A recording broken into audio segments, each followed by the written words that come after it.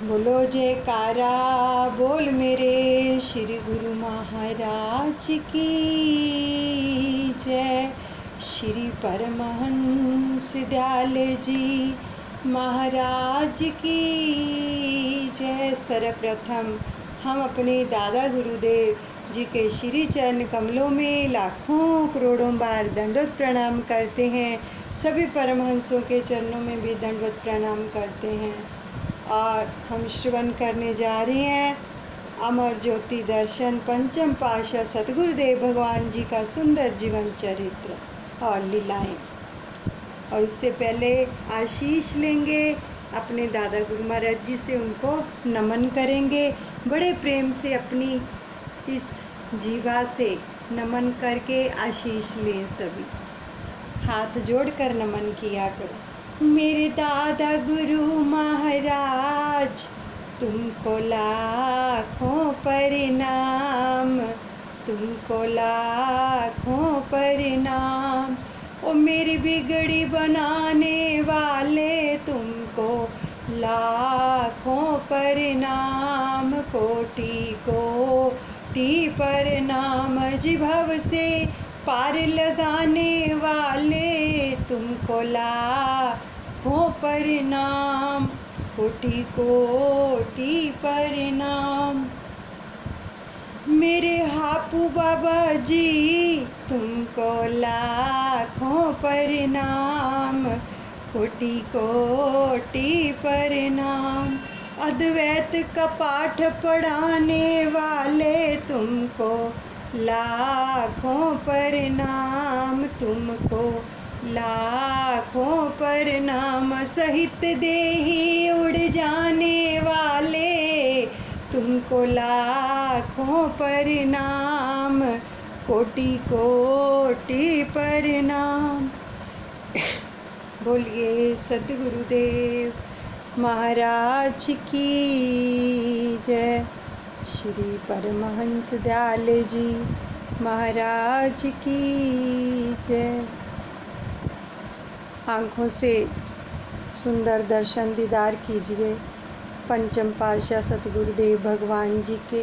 अपने नैनों में बसाएं इनको और कानों से इनके प्यारे वचनों का रसपान करेंगे। और हर श्वास के साथ शब्द का जाप चलता रहेगा। शब्द को नहीं छोड़ना है। श्वासों की तरफ ध्यान दीजिए कि शब्द चल रहा है, शब्द को पकड़ के रखेंगे और आगे का जो है उसका रसपान करेंगे लीला का। श्री वचनों के अनमोल मोती पाकर गुरुमुखों को अपने हृदय में कुबेर से भी अधिक धनवान बन जाने की अनुभूति हो रही थी। तो सन 1986 यानी 1986 में श्री प्रभु जी ने महात्मा जी की विनय पर बिलासपुर कृपा फरमाई। वहाँ श्री परमहंस द्वैत मत का कोई आश्रम नहीं था, इसलिए आपने एक प्रेमी भगत जी के घर कृपा की और फरमाया कि इसी कॉलोनी में ही आश्रम बनाने हेतु किसी स्थान की खोज करो। श्री आज्ञा को शिरोधार्य कर प्रेमी भक्तों ने एक प्लॉट लिया और उस पर निर्माण कार्य आरंभ कर दिया। यह आश्रम सन 1995 में बनकर तैयार हो गया। उच्च संस्कारी रूहें यहाँ आकर आत्मिक लाभ उठाने लगी। अब बिलासपुर से 2.5 घंटे का सफ़र तय करके श्री प्रभु जी ने जो कोरबा में कृपा फरमाई, तो यहाँ की धरती के नीचे कोयले की खदानें हैं। कोयला निकालने के लिए पहले बारूद आदि विस्फोटक पदार्थों से विस्फोट किया जाता है। तो यह विस्फोट इतना धमाकेदार होता है कि पूरी ज़मीन हिल जाती है और श्री दर्शन खुले हुए थे। अब अचानक ही विस्फोट होने से ज़मीन हिलने लगी तो संगत भयभीत होकर शोर करने लगी। भूकंप आ गया। तो महाप्रभु जी ने उन्हें निर्भय करते हुए फरमाया, इस स्थान का नाम को रबा नहीं परंतु ओ रबा है। रब यानी परमात्मा को याद करो तो कोई भय नहीं रहेगा। परमात्मा की याद है तो सब आबाद है, आबाद ही रहेगा। जैसे वाणी में कहा है, परमेश्वर ते भूलियाँ व्यापन सभे रोग। जो मालिक की याद से गाफिल रहता है वह कई तरह के रोगों का शिकार हो जाता है। तो इसलिए गुरुमुख का यह कर्तव्य है कि वह हर पल अपनी सुरती को नाम सिमरन में लीन रखे, भक्ति के पांचों नियमों की पालना करते हुए अपने जन्म को साकारत करे। अब महात्मा शुद्ध ब्रह्मानंद जी आंतरिक गूढ़ रहस्यों को जानते हुए आध्यात्मिक सत्संग करते, जिसे श्रवण कर अधिकारी संस्कारी श्रोताओं के अंतर हृदय में आत्मिक आनंद का झरना प्रस्फुटित हो उठता। तो उनकी वाणी में इतना ओज भरा हुआ था जो आंतरिक कपाट खोल देता। अब गुरुमुख जान इनके सत्संग से लाभान्वित होने के लिए सदैव नियमबद्ध रहते। सेवा, भजन, सुमिरन मानो उनके जीवन का प्रमुख अंग बन गया। अब श्री परमहंस दयाल जी की अनुपम भक्ति का अमृत पिलाने के लिए महात्मा जी ने सागर और दमोह, कटनी, भाटापारा, भिलाई, टाटानगर, अकोला और हिंगनघाट और कामठी, अमरावती, धमतरी, मंडला, बालाघाट, जलगांव और शहडोल, दुर्ग आदि शहरों में सत्संग आश्रमों का निर्माण करवाया और 2004 यानी 2004 तक तन प्राण से सत्संग की सेवा में संलग्न रहे। प्रेमी गुरुमुख जन इन सत्संग आश्रमों पर आकर निरंतर भक्ति का लाभ उठा रहे हैं। कई प्रेमी गुरुमुख की हार्दिक मांग होती है कि हमें घर बैठे ही श्री प्रभु जी के शुभ दर्शन के शुभ समागम और प्रभु मिलन का संयोग प्राप्त। तो इस हेतु महात्मा जी की विनय स्वीकार कर महाप्रभु जी भी सदैव जन कल्याण के कार्य में तत्पर रहते। अतः महाप्रभु जी ने 19 मार्च सन 1995 1995 को श्री संतनगर से हीराकुंड एक्सप्रेस द्वारा शहडोल आश्रम पर कृपा की और रात्रि के 1:45 बजे तक पहुंचने पर भी उसी समय तुरंत श्री दर्शन खोले। रात्रि के 2 बजे पहुंचे महाप्रभु।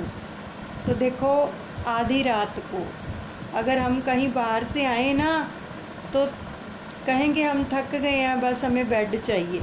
लेकिन महाप्रभु आधी रात को पहुँचे 1:45 बजे और श्री दर्शन खोले 1:45 बजे।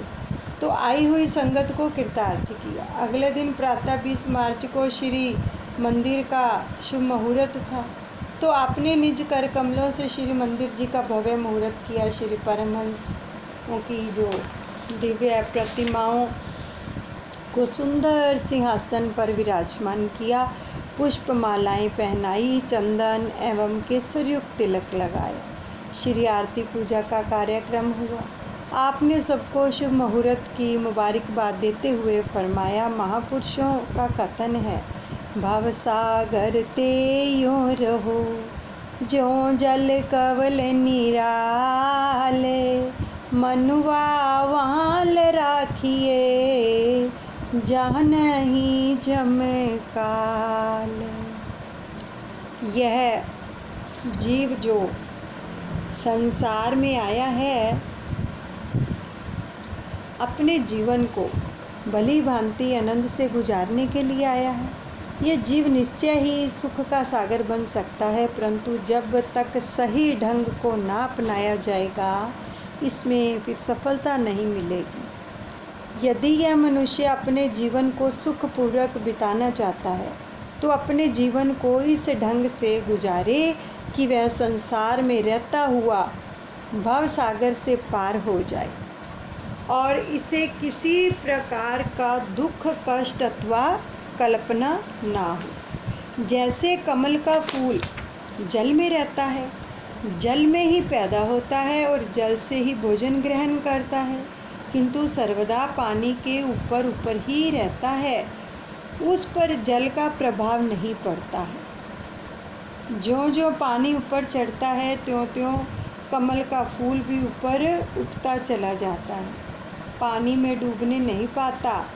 इस तरह जगत में रहते हुए जीव भी काल और माया की चोट से बचकर रह सकता है। यदि विचार किया जाए तो इस संसार में काल और माया का जो पसारा है कहाँ नहीं है। जीव इससे बचे तो कैसे बचे? इससे बचने का यही उपाय है कि जीव मन को ऐसी सुरक्षित जगह पर रखे जहाँ काल और माया का वश ना चले, तभी मनुष्य सुखपूर्वक जीवन बिता सकता है। यह ढंग महापुरुष ही समझाते हैं। अब जहाँ सतगुरु का शब्द होता है वहाँ काल की पहुँच नहीं है। सतगुरु के शब्द से काल भी भय खाता है। और यह तरीका जिस मनुष्य के हाथ में आ जाए और वह उसे अच्छी तरह मन में धारण कर ले तो उसके हृदय से यम का त्रास निकल ही जाएगा। अब उसके चारों ओर सतगुरु के शब्द का पहरा रहेगा। तो इसके विपरीत जो गुरु के शब्द का उल्लंघन करेगा और उनकी आज्ञा का पालन नहीं करेगा तो तत्काल काल और माया की लपेट में आ जाएगा।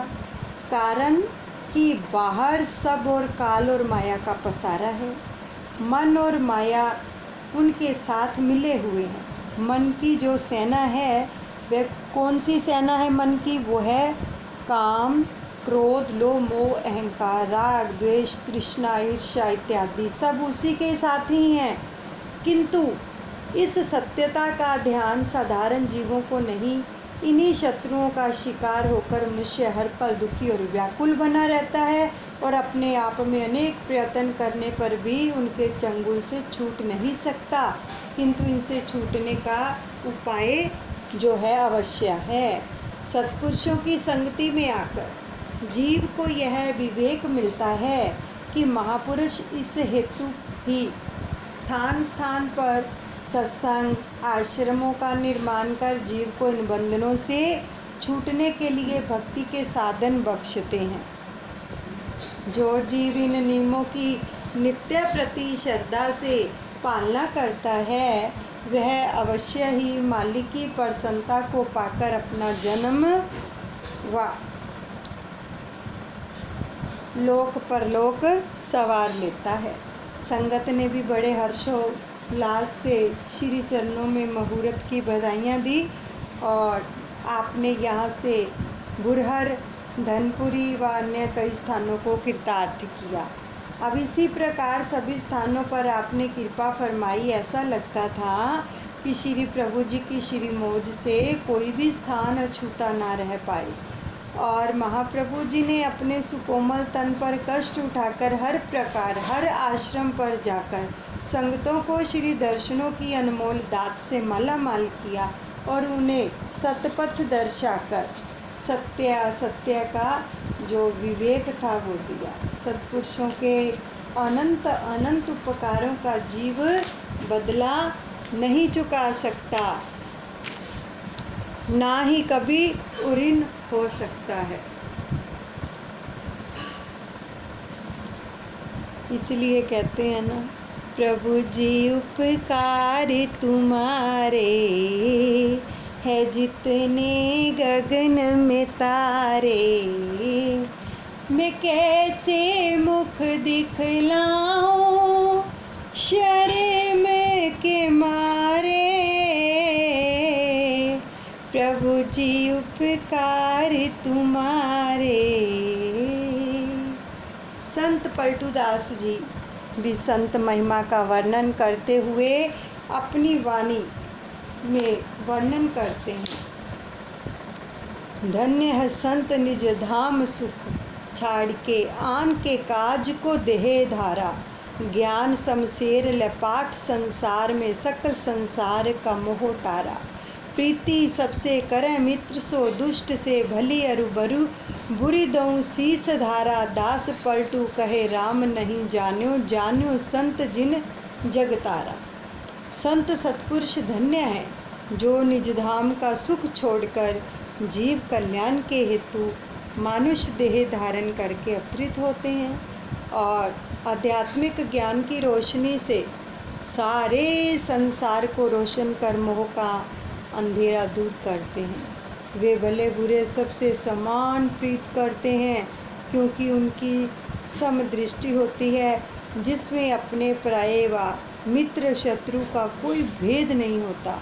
संत पलटूदास जी वर्णन करते हैं कि भगवान से अधिक मुझे ऐसे सत्पुरुषों की शरण अति प्रिय है जिन्हें संसार को तारने का जिम्मा उठाया है और सबको बेखटके भवसागर से पार कर रहे हैं।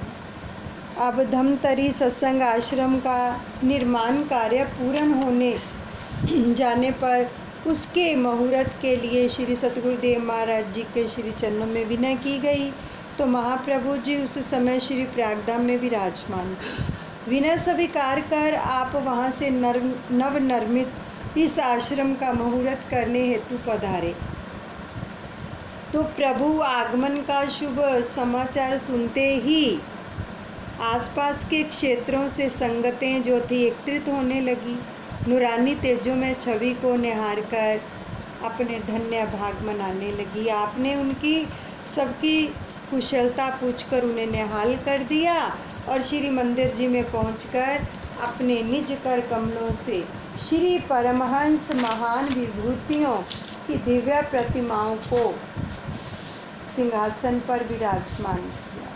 हार व पीतम्बर पहनाकर केसर तिलक लगाया। श्री आरती पूजा का कार्यक्रम हुआ और इसी अमृत वेला में आपने श्री वचन फरमाए। क्या वचन फरमाए कि गुरुमुखो, यह जो श्री परमहंस द्वैत मंदिर का नवनिर्माण हुआ है जिसका आज मुहूर्त है और ये किस लिए, जैसे संस्कारी आदमी जो संसारी आदमी है संसार में अपना धन अधिक से अधिक जो है बढ़ाना चाहता है लेकिन वह झूठा धन है, मगर महापुरुष यही चाहते हैं कि गुरुमुखों को अधिक से अधिक भक्ति का धन मिले ताकि वे हर समय सुखी रहें। ये मीठे फल जहर भरे हैं, सुख थोड़ा और विपत्ति घनेरी। आम दुनिया के पदार्थों में ऊपर से सुख थोड़ा मिलता है लेकिन अंदर दुख ही दुख भरा हुआ है। महापुरुष अपने भक्तों के लिए ऐसी रचना रचाते हैं जहाँ हर समय नाम की चर्चा हो और जो सुख रूप हो। पलटू बचते संत जन जो करे नाम आधार, चिंता रूपी अग्नि में जरे सकल संसार। यानी इस काल रूपी अग्नि में वही बच सकता है जो नाम की कमाई करता है। आम संसारी जीव चिंता की अग्नि में जल रहा है, फिर यह कला और कल्पना कैसे दूर होगी। जब भाग्य से जीव को महापुरुषों की शरण मिल जाती है तो वहाँ से दुख समय में भी भाग जाता है और सच्चे सुख की अनुभूति होती है। कबीर कलह और कल्पना सत्संगति से जाए, दुखवा से भागा फिरे सुख में रहे समाए। जहाँ इंसान अपने आप को सुख रूप बना सकता है वह स्थान केवल श्री परमहंस द्वैत मंदिर है जहाँ केवल नाम व भक्ति की चर्चा होती है। यह जो श्री परमहंस द्वैत मंदिर का निर्माण हुआ है इस मंदिर में आकर गुरुमुख जन भक्ति का पूरा लाभ उठाएं और अपने जीवन को सुख रूप बनाकर अपने जीवन को सफल करें। गुरुमुखों ने सच्ची अनमोल निधि को पाकर अपने धन्य भाग मनाए और श्री गुरु महिमा के भजन गाते हुए जो प्रसाद था वो वितरित किया गया। तो यहाँ एक अद्भुत लीला घटित हुई जो अपने आप में विशुद्ध प्रेम का प्रमाण है। आश्रम के साथ वाले घर में एक भक्त्यानी रहती थी। और जो बहुत भक्तिवान थी, वह देर रात तक आश्रम पर श्री प्रभु जी के आगमन की तैयारियों में जुटी रही। दिल में यही एक उमंग थी कि कल भोर होते ही महाप्रभु जी के दर्शन पाकर अपने नयनों की तृषा को शांत करूंगी। अब उस भक्त्यानी के घर में अन्य सदस्यों की इस ओर कोई विशेष रुचि नहीं थी। वह जल्दी जल्दी जाकर घर का सब काम समेटने लगी ताकि समय पर पहुंचकर श्री दर्शनों का पूर्ण जो लाभ है वो प्राप्त कर सके। लेकिन संयोग की बात है कि उसका पति किसी कारणवश बाहर गया तो दरवाजे को ताला लगा गया। देखो उस भक्त्यानी के मन में कितनी मंशा थी श्री दर्शनों की, लेकिन उसका पति जब घर से गया तो बाहर लोक लगा दिया और उधर श्री प्रभु जी आए हुए हैं, उनका आगमन है। देखो तो उधर श्री प्रभु जी की कार मधुर हारन बजाती हुई आश्रम पर पहुंच गई। अब क्या हुआ, वह मायूस होकर रह गई। सोचने लगी कि क्या मैं श्री दर्शन नहीं कर पाऊंगी क्योंकि ताला जो लग गया बाहर। अब पास ही आश्रम में से हर्ष भरे जयकारों की आवाज़ें सुनकर वह और भी ज़्यादा विहिल होने लगी। काफ़ी समय तक पूरा ध्यान केंद्रित करने पर जब आगे कुछ स्पष्ट सुनाई न दिया तो दिल पे अपार पीड़ा लिए हुए बुझे मन से उसने परिवार के नाश्ते के लिए अंगीठी जलाई। अब उसका धुआं निकलने के लिए पहले तो बाहर गली में ले जाकर रख देती थी, लेकिन दरवाज़ा बंद होने के कारण बाहर गली में तो रखने न जा सकी, तो ऊपर छत पर रखने चली गई। छत पर खड़े खड़े बाकी का कार्यक्रम सुनते हुए कि कैसे समय व्यतीत हो गया उसे कुछ पता ही नहीं चला। महाप्रभु जी प्रेमियों के लिए क्या क्या लीलाएं रचते हैं, अब ये तो वे ही जाने। अब उनकी भगत वत्सलता जो का कोई अनुमान भी नहीं लगा सकता। सच्चा दिलबर दिल की ही जानता है, तो उनसे किसी का प्रेम व पीड़ा छिपी नहीं रह सकती। अब सारा जो कार्यक्रम था संपन्न होने के पश्चात आप श्री मंदिर जी के सामने बनी सीढ़ियों से चढ़कर छत पर जा पहुँचे। बताओ, महाप्रभु खुद चले गए छत पर और सब ये देखकर हैरान थे कि महाप्रभु जी एकदम ऊपर छत पर क्यों गए हैं। तो उधर वह भक्तानी भी अपनी छत पर खड़ी हुई थी। देखो जैसे ही उसकी दृष्टि सामने गई तो देखकर हक्की बक्की रह गई। ये क्या, जिनका ध्यान हृदय में बसाए बैठी थी वह त्रैलोकीनाथ भगवान उसके सम्मुख खड़े होकर मुस्कुरा रहे थे। हृदय की वेदना खुशी में बदल गई, आंखें प्रेम अश्रुओं की झड़ी लगाने लगी और महाप्रभु जी इतनी दयालुता बरसाएंगे, इतनी कृपा करेंगे, कभी सोचा ही नहीं था। अति मधुर स्वर में आपने पूछा, क्यों रो रही हो? अब तो दर्शन हो गए हैं। प्रेम विभोर होकर वह शुक्राना तक न कर पाई, वाणी मूक हो गई। क्योंकि कहते हैं ना, प्रेम छिपाए ना छिपे, जा घट प्रगट होए, जो पै मुख बोले नहीं तो नयन देत हैं रोए। अब वाणी मूक हो गई, मुंह से बोला नहीं जा रहा, आँखों से झरझर आंसू बह रहे हैं। तो उसे खूब निहाल कर आप वापस नीचे आ गए। देखो हम कहते हैं हमें स्पेशल टाइम लेना है, ये होता है स्पेशल टाइम। ये स्पेशल टाइम उसको अपने प्रेम से मिला, अंदर की भावना से जब एक तार जुड़ गई मालिक से, इसको कहते हैं स्पेशल टाइम। ना कोई महात्मा जी हैं साथ में, कोई नहीं है श्री गुरु महाराज जी के साथ। हम तो जब स्पेशल टाइम लेते तो कितने जने अगल बगल खड़े रहते हैं, है ना, उसको भी हम कहते हैं स्पेशल टाइम। असल में जो स्पेशल टाइम है वो ये होता है जब प्रीतम अकेला हो और प्रेमी भी अकेला हो, उसको बोलते हैं स्पेशल टाइम। तो हम सबकी ज़िंदगी में भी ऐसे ही स्पेशल टाइम अगर प्रभु दे दें तो कितना नज़ारा आए। कहते हैं ना, एक तू हो में एक मैं होवा, आ बैठ के करिए गल सतगुरु मैनू जले दी सुनेहा गल सतगुरु एक तू होवे एक मैं होवा मैं वेखा बंसरी वजदी नू सोने श्याम दे मुखे उत्ते सजदी नू गल पावा फूलां दे हार श्यामा एक तू होवे एक मैं होवा मैं पकड़े होवन चरण तेरे तू रखिया होवे सिर हाथ मेरे गल वकड़ी लवा तेनू पाशामा एक तू होवे एक मैं होवा आ बैठ के करिए गल श्यामा एक तू होवे एक मैं होवा। ये होता है स्पेशल टाइम जो उस भक्त्यानी को मिला। उसकी कितनी भक्ति रही होगी, उसने कितना प्रेम किया प्रभु से।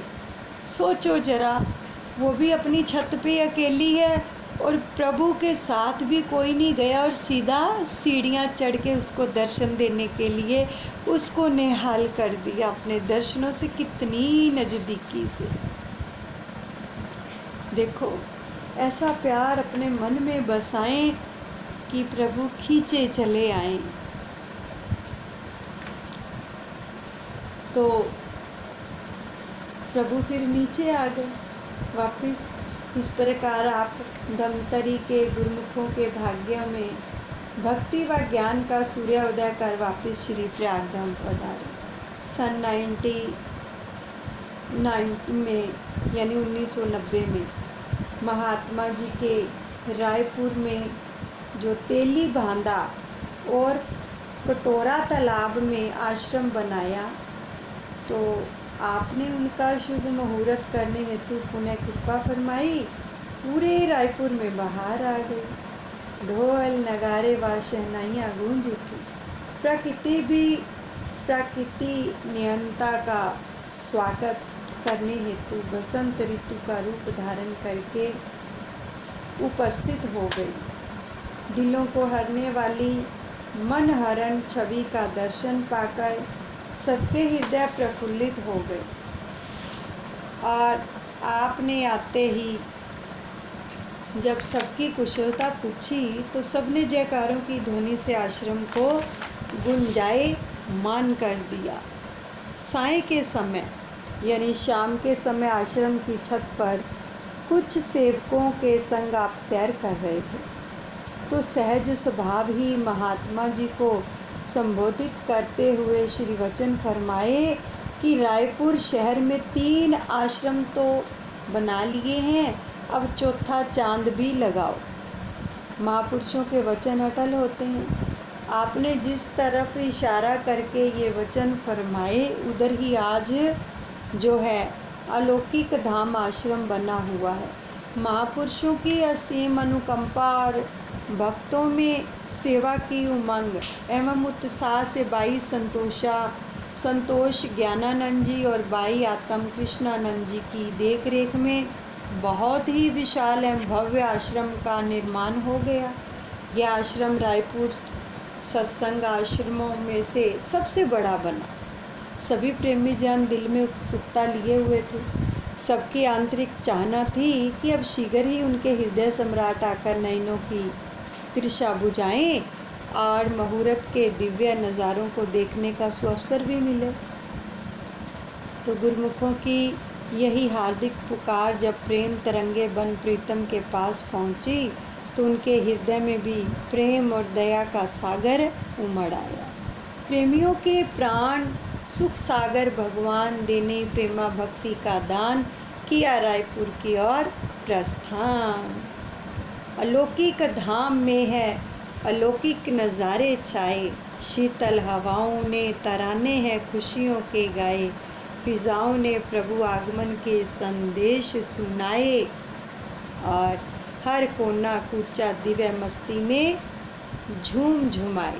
पूरे 21 वर्ष पश्चात सन 2011 to 2011 में श्री प्रभु जी ने जब रायपुर की धरती पर चरण रखे तो यहाँ का हर कोना हर गली चरण रज का स्पर्श पाकर धन्य हो गई। मुरझाई कलियाँ खिल उठी, जड़ चेतन हर चीज से मानो नव चेतना का संचार हो गया। जीवन को मिला नव जीवन, हुआ प्रफुल्लित सबका तन मन, पाकर अपने प्यारे प्रीतम।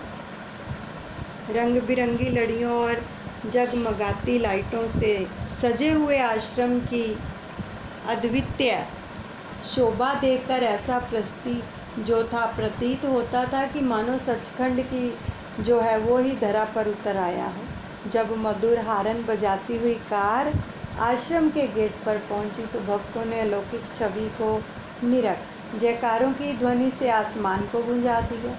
मधुर संगीत के साथ साथ शुभ स्वागतम के गीतों की मीठी धुन वातावरण को भक्ति में बना रही थी। सब प्रेमी दिव्यानंद को पाकर झूम रहे थे और मंद मंद मुस्कुराते हुए आप दोनों और खड़े प्रेमियों को शुभ आशीर्वाद प्रदान करने लगे। यहीं पर सत्संग को विश्राम देते हैं और दादा गुरु महाराज जी के चरणों में सब अर्पण करते हैं। अनुचित क्षमा करें। बोलो जयकारा बोल मेरे श्री गुरु महाराज की जय। श्री परमहंस दयाल जी महाराज की जय।